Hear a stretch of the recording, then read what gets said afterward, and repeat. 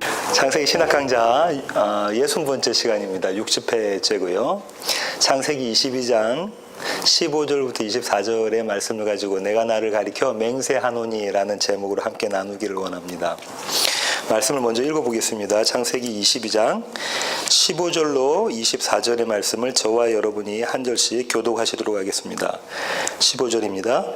여호와의 사자가 하늘에서부터 두 번째 아브라함을 불러 이르시되 여호와께서 이르시기를 내가 나를 가리켜 맹세하노니 내가 이같이 행하여 내 아들 내 독자도 아끼지 아니하였으니까 내가 네게 큰 복을 주고 네 씨가 크게 번성하여 하늘의 별과 같고 바닷가의 모래와 같게 하리니 네 씨가 그 대적의 성문을 차지하리라. 또 내 씨가 말미암아 천하 만민이 복을 받으리니 이는 내가 나의 말을 준행하였음이니라 하셨답니다. 이에 아브라함이 그의 종들에게로 돌아가서 함께 떠나 브엘세바에 이르러 거기 거주하였더라. 이 후에 어떤 사람이 아브라함에게 알리되어 이르기를 밀가가 당신 동지의 나홀에게 산이를 낳았다 하였더라. 그의 맏아들은 우스요 우스의 형제는 부스와 아람의 아버지 그무엘과 게셋과 하소와 빌다스와 이들랍과 부두엘이라. 이 여덟 사람은 아브라함의 형제 나홀의 아내 밀가의 소생이며 그들은 밀가를 낳았고 나홀의 같이 읽겠습니다. 나홀의 첩 르우마라 하는 자도 데바와 가함과 다스와 마아가를 낳았더라. 아멘. 예, 지난번 강좌의 녹화분이 반쯤 되고 반은 안 됐거든요. 중요한 부분이 뒤에 부분 반인데 그게 안 돼서 잠깐 짧게나마 설명을 좀 드리도록 하겠습니다. 여호와 이레는 지난번에 살펴본 것처럼 여호와께서 준비하신다, 예비하신다라는 뜻을 가지고 있다고 말씀드렸고요. 그런데 이 여호와 이레를 일반적으로 생각하는 기복신앙적인 관점으로 봐서는 안 된다는 말씀을 드렸습니다. 우리가 많이들 그렇게 생각하잖아요. 여호와 이레 하나님 하면서 기도하면서 어려운 일 닥치고 할 때 이제 준비하고 계신 하나님. 뭘 준비하고 계시죠?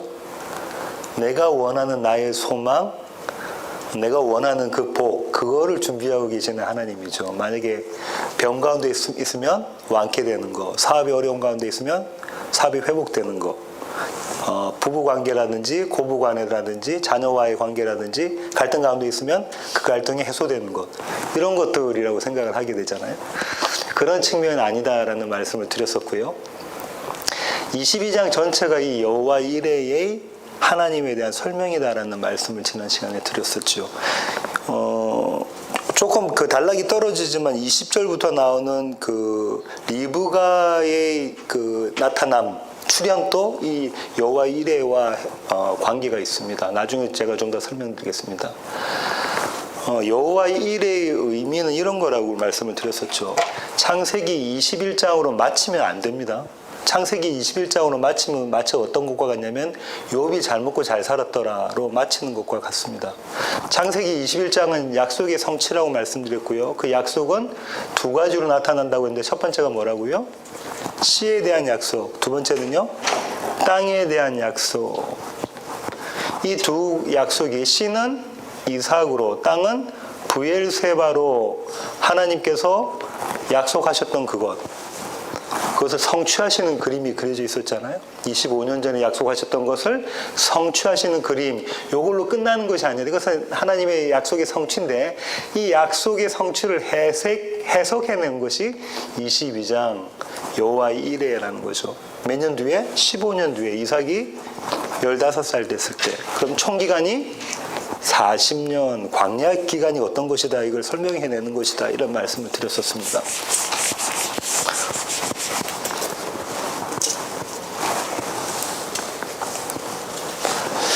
중요한 거는 이 12절인데요. 12절을 다시 보시면 창세기 22장 12절입니다. 사자가 이르시되 그 아이에게 네 손을 대지 말라, 그에게 아무 일도 하지 말라. 네가 네 아들 네 독자까지도 내게 아끼지 아니하였으니 내가 이제야 네가 하나님을 경외하는 줄 아노라.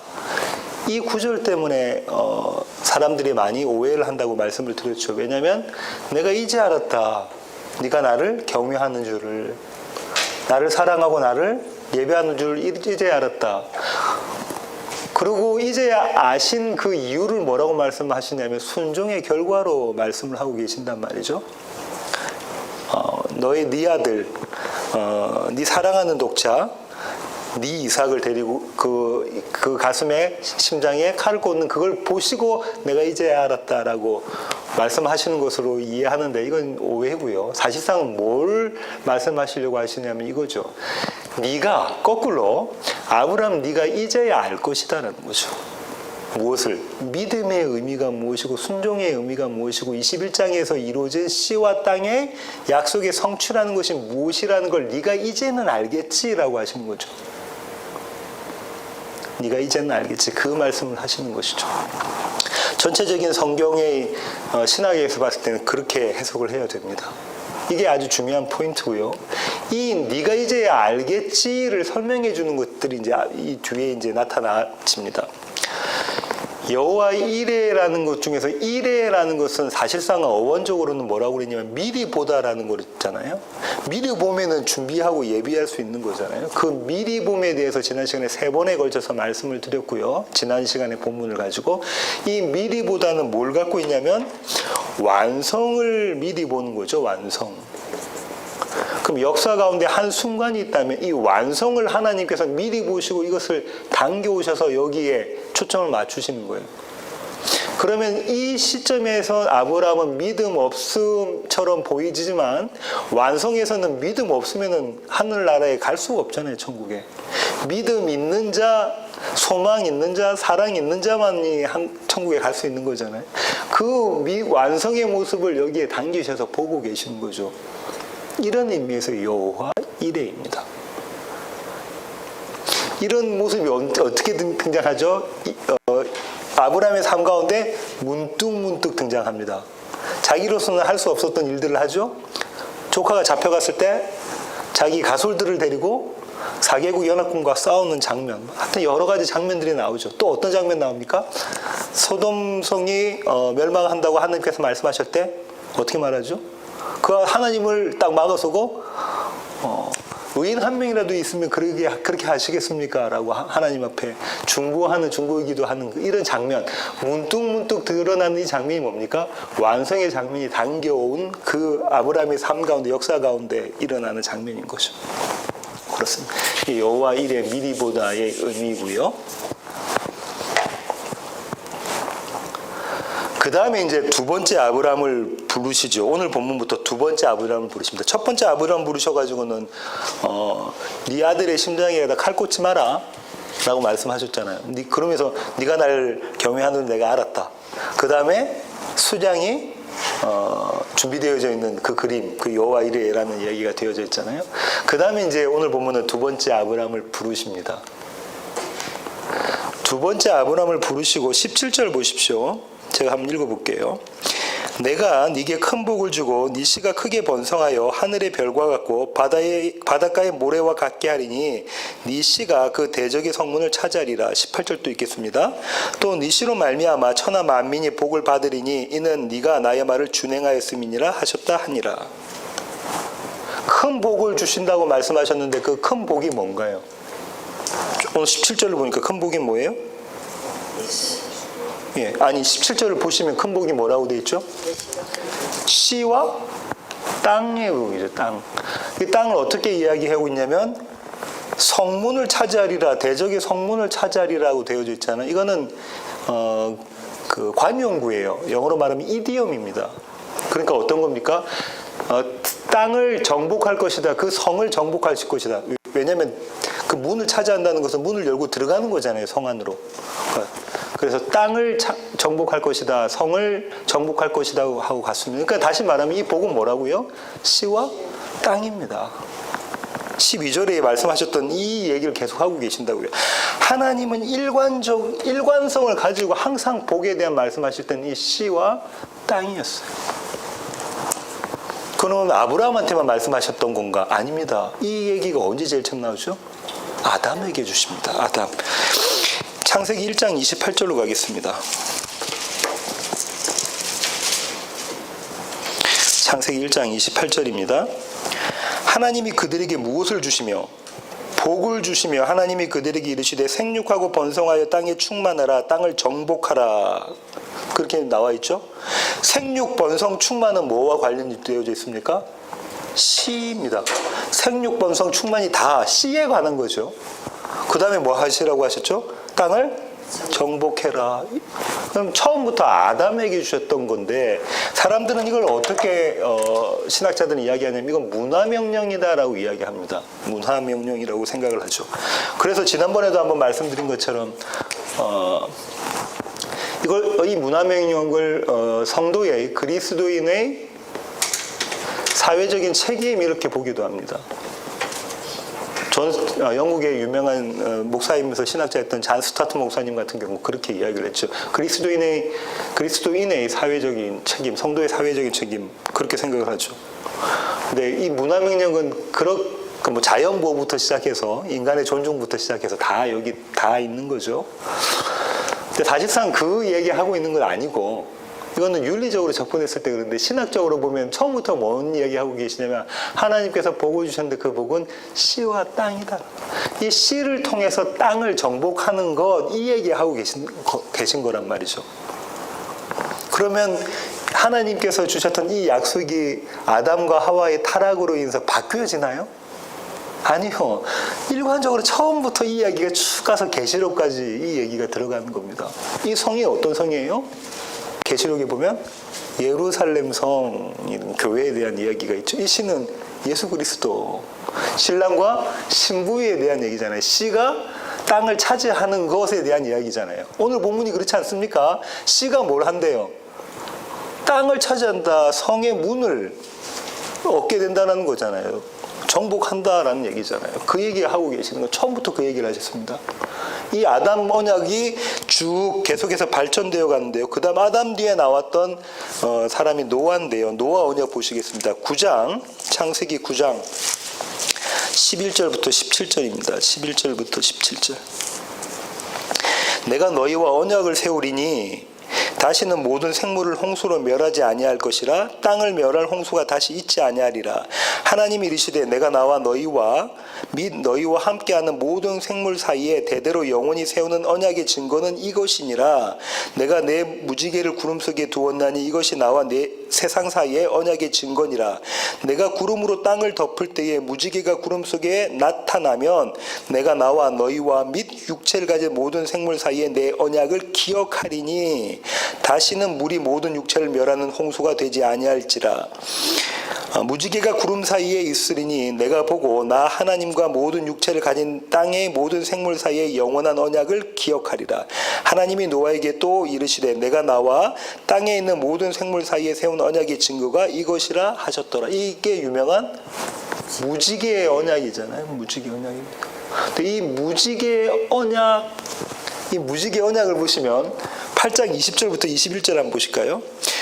무지개의 언약 앞에 등장하고 있는 게 있습니다. 그게 뭐냐면 노아가 여호와께 제단을 쌓고 모든 정결한 짐승과 모든 정결한 새 중에서 제물을 취하여 번제로 제단에 드렸더니 여호와께서 그 향기를 받으시고 그 중심에 이르시되 내가 다시는 사람으로 말미암아 땅을 저주하지 아니하리니 이는 사람의 마음이 계획하는 바가 어려서부터 악함이라.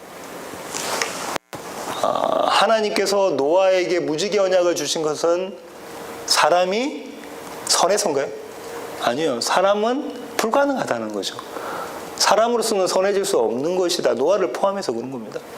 그래서 무지개 언약을 주신 거예요. 그 무지개 언약의 증거가 어떤 거냐면 여기 나와 있는 제사입니다. 희생제물에 의한 제사입니다. 희생제물에 의한 제사. 그리고 그 제사를 지내고 난 다음에 무지개 언약을 주시기 전 그 사이에 있었던 하나님의 명령이 다시 나옵니다. 이른바 문화명령이라는 게 다시 나오는데요. 9장 7절 보세요. 너희는 생육하고 번성하며 땅에 가득하여 그 중에서 번성하라 하셨더라. 아담에게 주셨던 언약과 동일한 거죠. 생육, 번성, 땅의 충만, 그죠? 똑같은 그 언약을 계속해서 주십니다. 이 언약이 이제 아브라함에게 이어진 거죠. 아브라함 언약으로 옵니다. 창세기 12장으로 가보실까요? 1절부터 3절. 여호와께서 아브라함에게 이르시되 너는 너의 고향과 친척과 아버지의 집을 떠나 내가 네게 보여줄 땅으로 가라. 내가 너로 큰 민족을 이루고 네게 복을 주어 네 이름으로 창대하게 하리니 너는 복이 될지라. 너를 축복하는 자에게는 내가 복을 내리고 너를 저주하는 자에게는 내가 저주하리니 땅의 모든 족속이 너로 말미암아 복을 얻을 것이라 하신지라. 이 안에 씨와 땅이 보이십니까? 그죠? 너를 통해서, 그 얘기는 네 씨를 통해서라는 말씀입니다. 그죠? 그 다음에 내가 너에게 보여줄 약속의 땅 프라미스 랜드로 가라라고 말씀하고 계시죠. 이게 조금 더 발전됩니다. 창세기 15장으로 보실까요? 창세기 15장 1절. 이후에 여호와의 말씀이 환상 중에 아브라함에게 임하여 이르시되 아브라함아 두려워하지 말라. 나는 네 방패요 너의 지극히 큰 상급이니라. 하나님께서 방패고 상급이다 이렇게 말씀을 하고 계시죠. 그럴 때 아브라함이 뭐라고 이야기합니까? 나에게 뭐가 없어요? 씨가 없어요. 아브라함은 알고 있습니다. 하나님 약속이 뭐라고? 씨와 땅이라고. 근데 나에게 씨가 없어요 이야기하죠. 그래서 아니야 내가 너에게 씨 줄게. 그러고 그렇게 하나님께서 말씀을 하시죠. 네 몸을 통해서 상속자를 반드시 내가 줄 것이다 이렇게 이야기를 하시죠. 그러고 난 다음에 아브라함이 여호와를 믿죠. 그러니까 그것을 하나님께서 의로 여깁니다.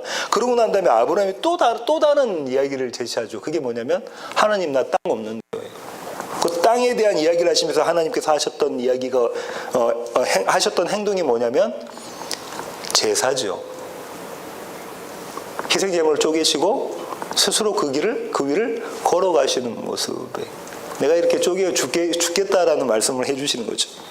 다시 씨와 땅에 대한 약속과 제사가 연결되어져 있는 그림이 있습니다. 17장으로 가실까요? 17장 1절 한번 보세요. 아브라함이 99세 때에 여호와께서 아브라함에게 나타나서 그에게 이르시되 나는 전능한 하나님이라. 너는 내 앞에서 행하여 완전하라. 왜 이런 말씀하셨냐면 앞에 어떤 일이 있었죠? 아브라함이 앞에 누구를 들어가지고 아들을 낳죠?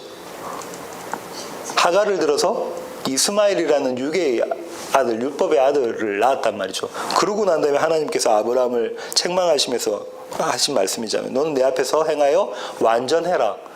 아브라함이 완전할 수 없으니까 내가 너를 완전한 자로 만들어내겠다라는 말씀이시잖아요. 그 다음에 2절 보세요. 내가 내 언약을 나와 너 사이에 두어 너를 크게 번성하게 하리니 하면서 다시 씨와 땅에 대한 이야기를 하십니다. 6절 한번 볼게요. 내가 너로 심히 번성하게 하리니 내가 내게서 민족들이 나게 하며 왕들이 내게로부터 나오리라. 8절 내가 너와 내 후손에게 내가 거류하는 이 땅 곧 가나안 온 땅을 주어 영원한 기업이 되게 하고 나는 그들의 하나님이 되리라.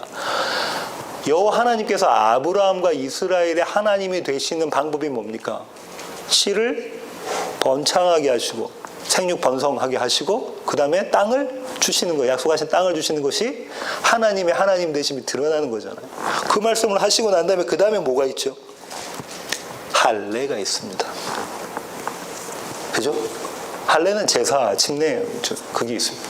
일관성을 가지고 하나님께서는 처음 첫사람 아담과 하와부터 시작해서 노아, 아브라함, 이 아브라함 언약은 마태복음 1장 1절 할 때 우리가 살펴봤죠. 어디로 이어집니까? 다윗 언약으로 이어지게 되죠. 그렇게 되어집니다.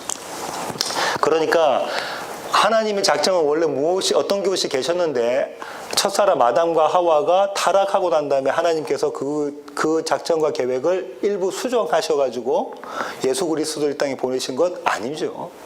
그럴 수가 없습니다. 처음부터 하나님께서는 동일한 약속을 주셨던 것이죠.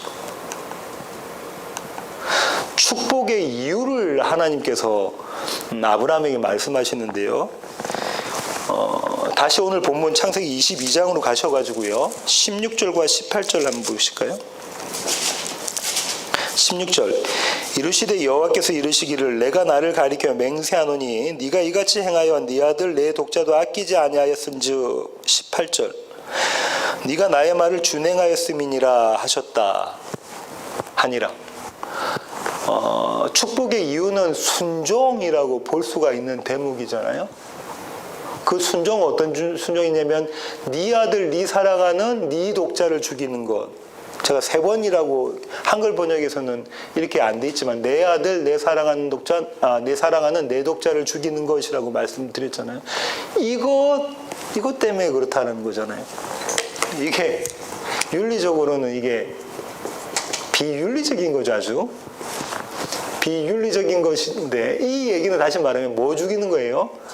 나 죽이는 겁니다. 세상 사람들은 모두 나 중심입니다. 왜 부부싸움 합니까? 내가 주인 되려고 하는 거죠. 내가 주인 되려고. 내 마음대로 안 되니까 부부싸움 하는 거잖아요. 모든 것이 다 그렇잖아요. 그러고 난 다음에 다른 사람은 어떡하죠? 내 마음대로 안 되니까 심지어 성경 구절까지 이렇게 차용해서 이거 안 되잖아 하고 자기를 안 보죠. 나 중심인데 이걸 어떻게 하나님께서 바꾸신다는 거예요? 나 아니고 너는 죽어야 되는 자고 예수 중심, 하나님 중심으로 만들어내겠다라는 것이죠. 이게 순종이다 이렇게 하나님께서 말씀하시는 것이네요. 그렇죠? 자기 중심에서 하나님 중심으로 바뀌어지는 것. 이 순종을 잘 설명했는데가 여러 번 제가 말씀드렸던 출애굽기 황금 송아지 사건입니다. 출애굽기 32장으로 가겠습니다. 출애굽기 32장 25절부터 한번 볼까요? 모세가 본즉 백성이 방자하니 이는 아론이 그들을 방자하게 하여 원수에게 조롱거리가 되게 하였습니다. 이에 모세가 진문에 서서 이르되 누구든지 여호와의 편에 있는 자는 내게로 나오라 하매 레위 자손이 다 모여 그에게로 가는지라. 모세가 그들에게 이르되 이스라엘의 하나님 여호와께서 이렇게 말씀하시기를 너희는 각각 허리에 칼을 차고 진 이문에서 저 문까지 왕래하며 각 사람이 그 형제를 각 사람이 자기의 친구를 각 사람이 자기의 이웃을 죽이라 하셨느니라. 레위 자손이 모세의 말대로 행하며 이날의 백성 중에 3,000명 가량이 죽임을 당하니라. 모세가 이르되 각 사람이 자기의 아들과 자기의 형제를 쳤으니 오늘 여호와께 헌신하게 되었느니라. 그가 오늘 너희에게 복을 내리시리라. 이것도 비윤리적인 사건 아닙니까?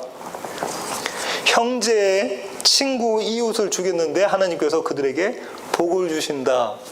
문자적으로 이해를 하면 안 되는 것이죠. 문자적으로 이해해서는 안 되는 것입니다. 그런데 여기서 잘 보시면은 레위 자손에게 이야기하잖아요. 이 레위 자손은 자기가 레위 자손이 되고 싶어서 되나요? 하나님께서 택하신. 그들에게는 이 땅에 땅은 없고요. 하나님이 뭐가 되시는 거예요? 그들의 기업, 땅이 되시는 그 자손들이잖아요. 그들을 불러내시면서 헌신하라고 하신 거죠. 이 헌신은 가족, 친구, 이웃을 살인하는 것. 다시 말하면 나죠, 나. 나를 죽이는 것. 이거 하라 이렇게 말씀합니다. 누가 했던 거와 똑같은 거예요. 아브라함이 이삭의 가슴에 심장에 칼을 꽂는 것과 똑같은 그 얘기하고 있는 것이다. 그죠? 그렇습니다. 그러면 이 순종이나 이 헌신의 원인은 무엇인가 하면 이건 믿음이라고 히브리서 기자가 이야기하고 있는데요. 히브리서 11장 17절부터 19절로 가볼까요? 지난번에도 한번 살펴봤는데요. 히브리서 11장 17절부터 19절. 아브라함은 시험을 받을 때에 믿음으로 이삭을 드렸으니 그는 약속을 받은 자로 돼 그 외아들을 드렸느니라. 그에게 이미 말씀하시기를 네 자손이라 칭할 자는 이삭으로 말미암으리라 하셨으니 그가 하나님이 능히 이삭을 죽은 자 가운데서 다시 살리실 줄로 생각한지라. 비유컨대 그를 죽은 자 가운데서 도로 받은 것이니라. 이 믿음 때문에 그렇다고 그런다. 이 믿음 때문에. 근데 한번 생각해 보세요. 우리는 이거 아브라함이 그 믿음을 가졌구나 생각하지만 우리가 생각할 때 우리가 우리의 자녀의 가슴에 심장을 꽂고 아니면 제 심장에 자기 자신의 가슴에 심장에 칼을 꽂을 수가 있습니까? 없어요. 못해요. 꽂았다 해서 위인이 되는 거예요. 누가 했다고 해서 아브라함이 했구나 이렇게 해서 아브라함이 해서 위인이 되는 거예요. 근데 그게 아니라 여호와 이레의 개념은 완성이 여기 있잖아요. 이 완성을 오늘의 역사 가운데 끌고 하나님께서 여기다 투입을 시킨다는 이 완성이 여기 왔기 때문에 아브라함이 뭘 할 수 있는 거죠? 아들의 심장에, 이삭의 심장에 칼을 꽂을 수가 있는 겁니다. 자기가 죽는 그 완성이 왔기 때문에. 이걸 뭐라고 이야기하냐면 믿음이라고 이야기해요. 믿음.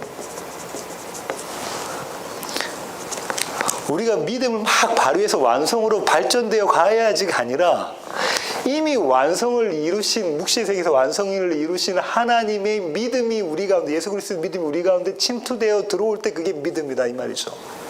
그것이 믿음입니다. 잘 보십시오. 순종이라고 하는 것, 헌신이라고 하는 것, 아브라함이 이삭의 가슴에 심장에 칼을 꽂는 것이나 레위인들이 자기 가족과 친구와 이웃들을 살인하는 것이나 죽이는 것이나 이 두 가지가 다 똑같은 것인데 그 원인은 히브리서 기자는 믿음이라고 이야기하는데 이 믿음, 하나님의 약속을 믿은 믿음이잖아요. 하나님을 믿은 믿음이잖아요. 그 믿음은 그의 것이 아니라, 그들의 것이 아니라 완성에 있는 예수 그리스도의 믿음이, 하나님의 믿음이 우리의 삶 가운데 침투되어 들어온 것, 이것이다 이 말씀이죠. 이렇게 해서 한 달락이 끝이 납니다. 한 달락이 끝이 나고 오늘 다시 본문 창세기 22장으로 가보시면요, 20절부터 2일 후에 하면서 또 다른 사건이 등장을 하죠. 2일 후에 리브가가 등장을 합니다. 리브가는 누구죠? 리브가는 이삭의 아내, 예, 야곱의 어머니, 예, 그렇죠. 아브라함의 며느리. 그렇죠. 가계도를 살펴보려면 창세기 11장 27절로 가보셔야 됩니다. 창세기 11장 27절로 가보세요. 창세기 11장 27절 보면 데라의 족보가 나오죠. 데라에게는 3명의 아들이 있었는데요. 그죠? 누구라고 나와 있습니까? 아브라함이라는 아브라함 이름이 바뀐 또 나홀 또 하란이 있었어요. 하란에게는 자식이 있었는데 또 한 자식은 누구냐면 롯이죠. 이 하란은 일찍 세상을 떠나버립니다. 이 롯은 아브라함의 조카가 되죠. 그래서 롯을 데리고 아브라함이 갈대아 우르를 떠나서 하란을 거쳐서 이렇게 들어가죠. 가나안 땅으로. 그런데 이 하란에게 한 딸이 있었는데 그 딸이 이름이 뭐라고요? 오늘 다시 본문으로 가셔서 오늘 본문으로 가시면 그 딸의 이름이 밀가네요. 밀가는 롯의 누이다, 그죠? 네. 이 밀가와 삼촌인 나홀하고 결혼을 하게 됩니다. 밀가와 삼촌하고 나홀하고 결혼을 해서 낳은 자식의 이름이 부두엘이 있고요. 부두엘부터 여러 명이 있는데 부두엘이 있고요. 이 부두엘의 자식이 2명이 있는데 그 중에 한 명이 리브가고요. 또 한 명이 라반이겠죠. 뭐 여러 명이 있을 수도 있겠죠. 그러면 아브라함의 자식은 이삭이잖아요. 그럼 이삭과 부두엘은 그러니까 부두엘의 아버지 나홀의 입장에서 보면 이렇게는 사촌이에요. 근데 밀가의 입장에서 보면 이삭이 부두엘의 또 삼촌이 됩니다. 그죠? 오촌이 되는 거잖아요. 그렇죠? 당시. 근데 이 이삭과 리브가하고 결혼을 했으니까 사실상은 이삭이 리브가의 아버지 쪽의 입장에서 보면 오촌 당숙이죠. 그 조카가 되고, 근데 이제 밀가 쪽의 입장에서 보면 할아버지 뻘이 되는 거예요.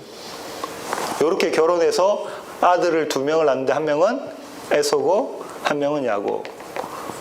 라반은 야곱의 외삼촌 이렇게 되겠죠. 이런 구조 있습니다. 좀 요새 같으면 이해가 안 되는 그런 구조 있죠. 근데 이 이야기를 왜 하필 여기에 등장을 시켰을까요? 왜요? 여호와 이레를 설명하기 위한 겁니다. 이 창세기 22장은 여호와 이레를 설명하는 장이라고 말씀드렸고요. 창세기 21장은 하나님의 약속을 성취하시는 것을 설명하는 장이라고 말씀드렸죠. 여호와 이레에 대한 설명을 해야 되는 거죠. 믿음의 조상 아브라함과 아브라함의 아내인 사라가 있었죠. 이 구조가 이제 어떻게 바뀌어져 가냐면 이삭과 누구로요? 리브가로 바뀌어져 가고, 이 이삭 밑으로 또 가면 이삭 밑에 야곱과 두 아내 라헬과 레아와 라헬, 예, 레아와 라헬. 이 사이에 12명의 아들들이 나서 이 아버지 이스라엘 이름을 따서 이스라엘이 되잖아요. 우리가 이제 이 이스라엘 교회의 모형 이렇게 하잖아요. 이 열둘이라는 것이 아들들의 숫자니까요. 그래서 사도도 12사도가 되잖아요. 예, 그렇습니다. 그래서 지금 뭘 이야기하려면 이것을 준비하고 계시는 하나님에 대한 이야기를 지금 여기서 지금 하려고 하는 것이죠. 이삭의 아내를 준비하신 하나님에 대해서 유도선 목사님은 한국에 계신 유도선 목사님이 이렇게 말씀하셨습니다. 예수님의 번제를 통한 교회의 탄생을 의미하는 것이다. 네, 가능한 얘기죠. 왜냐하면 이삭이 누구의 모형인가요? 예, 예수님의 모형이잖아요. 이삭이 번제, 이삭의 죽으심이 예수 그리스도의 십자가 사건이니까 이 이삭의 아내가 누구라고요? 리브가. 이 리브가는 예수님의 아내니까 교회이 되겠죠. 예수님의 번제하심 뒤에 준비되어져 있는 그것으로 말미암아 그것이 원인이 되는 교회의 탄생, 이것을 이야기하는 것이다. 예, 맞는 이야기입니다. 그렇게 보실 수가 있는데요. 그거 좀 쭉 설명되어져 있는 것들이 더 있는데 한번 보시면 이렇습니다. 자, 보세요. 22장이 끝나고 나면 23장에서 사라의 사망이 기다리고 있습니다. 다음 시간부터 할 거. 사라가 죽게 돼요. 그럼 새로운 사람 인물이 등장해야 되잖아요. 그게 이제 리브가거든요. 사라의 사망을 보시면은 조금 전에 아브라함에게 여호와 하나님께서 주셨던 그 말씀을 리브가의 가족들이 리브가에게 합니다. 한번 찾아볼까요? 창세기 24장 한 장 더 넘기셔서 60절 한번 보세요. 24장 60절. 그 오라버니들하고 이렇게 이야기를 하죠. 어머니가 리브가에게 축복하여 이르되 우리 누이여 너는 1000만인의 어머니가 될지어다. 하나님께서 아브라함이 주셨던 그 복에 대한 이야기다, 그죠? 내 씨로 그 원수의 성문을 얻게 할지어다. 똑같은 말씀을 하시죠. 똑같은 이야기를 하죠, 그죠? 하나님께서 아브라함에게 주셨던 그 누구를 통해서 이삭의 번제함을 결과로 주셨던 그 이야기를 지금 리브가의 형제들이 리브가에게 지금 하고 있는 거예요. 아까 유도선 목사님이 여기 말씀하신 것처럼 예수 그리스도를 통해서 얻는 하나님의 복이 그 신부인 아내에게 동일하게 누려지는 그 그림이 그대로 그려져 있다죠. 예, 그렇습니다. 이걸 준비하시는 겁니다, 지금. 그러니까 역사가 쫙 그렇게 흘러가는 거예요. 아담부터 해서 쭉 오면서 아브라함이 와서 이제 이삭으로 움직여가는 게 보이죠. 근데 이것은 뭐냐면 아까 말씀드린 것처럼 원수의 성문을 얻게 한다. 원수의 성문을 얻게 한다. 이 성문을 얻게 한다는 건 정복한다는 거죠. 뭐를요? 성을, 땅, 그죠? 이게 좀 더 정확히 이야기하면 예루살렘 되겠는데 나중엔 씨가 그 씨가 뭐냐면 누구냐면 이 내씨는 1차적으로 누굽니까? 아니 1차적으로 리브가의 아들 야곱이잖아요. 그리고 쭉 가서 이제 예수까지 이어지는 거잖아요. 이 일을 하나님께서 쉬지 않고 신실하신 하나님 계속 하고 계시는 거예요. 계속 하고 계신 겁니다. 예. 지금 야곱이라고 하시는 이삭 아니요. 리브가의 남편이 이삭이니까 그 아들이 야곱이죠. 이 내시는. 아까 아브라함에게 주셨을 때는 이삭이 맞고요. 예. 그렇죠. 근데 이 그림이 어디서 그려져 있었냐면 창세기 3장 15절 가면 뭐가 있었죠? 여자의 후손이 네 후손의 머리를 상하게 할 것이다 라는 창세기 3장 15절에 있는 원시 복음이 여기서 이야기가 되고 있는 겁니다. 그 얘기를 예수님께서 하세요. 마태복음 16장 18절로 갈까요?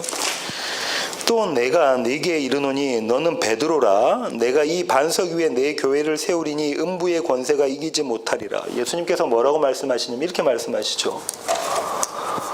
너는 베드로다 이렇게 말씀하십니다. 베드로가 무슨 뜻이 뭔가요? 반석이다죠. 너는 베드로다. 내가 이 반석 위에 교회를 세울 것이야.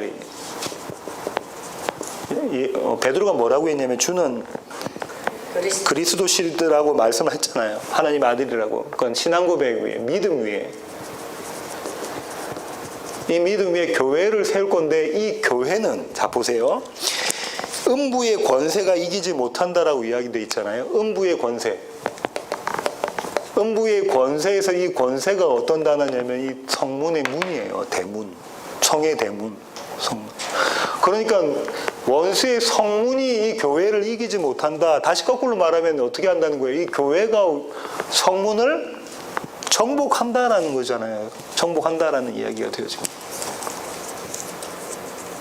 누굴 통해서요? 예수를 통해서. 예수의 믿음인 거죠. 왜냐하면 이 다음에 바로 뭐라고 합니까? 그 밑에 줄 한번 보세요. 22절 보니까 베드로가 예수를 붙들고 항변하여 주여 그리 마옵소서 하니까 그 다음 절에 23절에 바로 이 주님께서 뭐라고 말씀하십니까? 사탄아 내 뒤로 물러가라.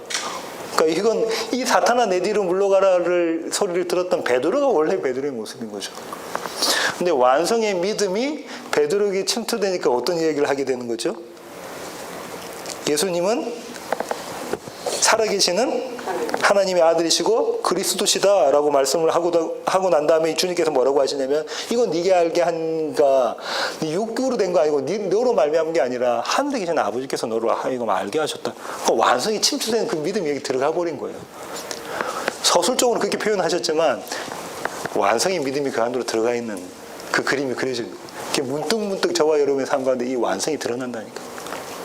그 완성이 드러나는 사람은 완성을 소망하게 되어져 있는 것이죠.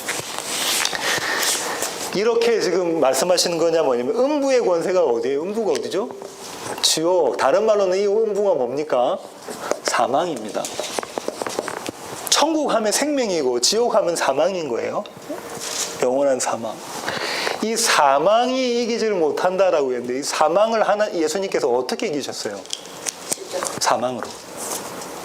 당신의 사망으로 영원한 사망을 이기셨다 그러죠?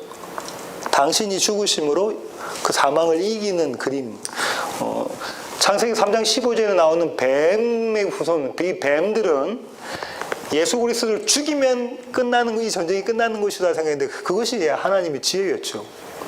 사망을 통해서 사망을 이기시는 방법이었으니까 그렇습니다. 여호와 이레의 모습이 이 모습이고요. 오늘 결론 맺도록 하겠습니다. 결론을 제가 내가 나를 가리켜 맹세하노니라고 정해봤는데요. 맹세의 내용이 뭐냐면 아까도 여러 번 말씀드렸던 것처럼 이 맹세의 내용은 내가 복 주겠다라는 것이고 이 복은 너에게 씨를 주겠고 그 씨로 말미암아 네가 땅을 얻게 될 것이다라는 거죠. 이 땅에 누가 들어갑니까? 씨가 들어간다고요. 잘 보세요. 이 땅에 누가 들어가는 거예요? 씨가 들어간다는 거예요. 그렇게 되면 복이라는 거예요. 가나안 하나님의 약속의 땅에 아브라함의 후손들이 들어가면 그게 복이라는 거예요. 누구와 함께 들어갑니까? 여호수아와 함께 들어가는 그게 복이다는 거예요. 그럼 이 땅이 누구냐면 저와 여러분이고 저와 여러분의 삶의 모든 영역 그때 거기 가운데 뭐가 들어가면 씨인 예수 그리스도가 들어가면 그게 복이야 라는 거예요. 그렇게 되니까 내가 너의 상급이 되는 거야. 내가 너의 방패가 되는 거야. 이렇게 말씀하고 계시는 거죠. 뭘 통해서 그렇게 되냐면 제사를 통해서 그렇게 된다고 제가 앞서 계속 살펴봤습니다. 지금 이거 안 찾아보겠습니다. 그죠? 계속 약속 앞 뒤로 전 후로 뭐가 있었냐면 전이나 아니면 후에 제사가 있었다니까. 희생 제사가. 이걸 통해서 이 약속을 내가 이루어내겠다라고 말씀하고 계시는 거죠. 모세의 법을 우리 흔히들 신학자들은 이것은 행위 언약 이렇게 이야기를 하는데요.